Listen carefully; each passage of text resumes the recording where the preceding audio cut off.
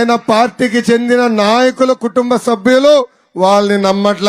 జగన్మోహన్ రెడ్డి గారి చెల్లి సునీత గారు చెప్పారు, మొన్నే చూసాం, హత్య రాజకీయాలు చేసిన మా అన్నని గెలిపించద్దని జగన్కి ఓటేస్తే మా కుటుంబానికి పడిన పరిస్థితి ఆంధ్ర రాష్ట్రాలకి పడుతుందని చిన్నమ్మ సౌభాగ్య గారు చెప్పారు.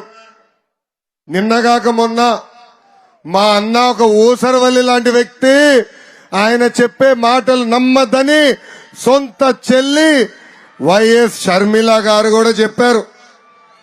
ఇక్కడున్న తల్లులందరూ ఆలోచించాలి, ఇంట్లో ఉన్న సొంత చెల్లెలు నమ్మకపోతే మనం జగన్మోహన్ రెడ్డి గారిని ఎలా నమ్మాలి?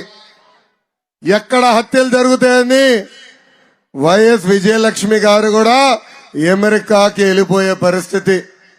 సో జగన్మోహన్ రెడ్డి గారిని సొంత కుటుంబ సభ్యులు నమ్మట్లా, ఇంకా వైకాపా నాయకుల సొంత కుటుంబ సభ్యులు కూడా ఆ నాయకులు నమ్మట్లా.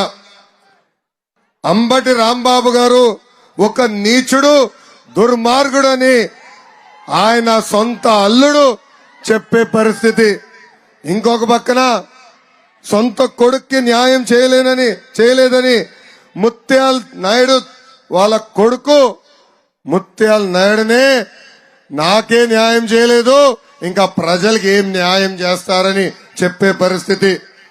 ఇంకా ముద్రగడ పద్మనాభం గారి కూతురు ఏకంగా మీడియా మిత్రుల ముందరికి వచ్చి వైఎస్ జగన్ మా తండ్రిని వాడుకుంటున్నాడు, ఎన్నికల తర్వాత వదిలేస్తాడు, పాపం మా తండ్రి ఆ ట్రాప్ లో పడిపోయారని సొంత కూతురే చెప్పే పరిస్థితి.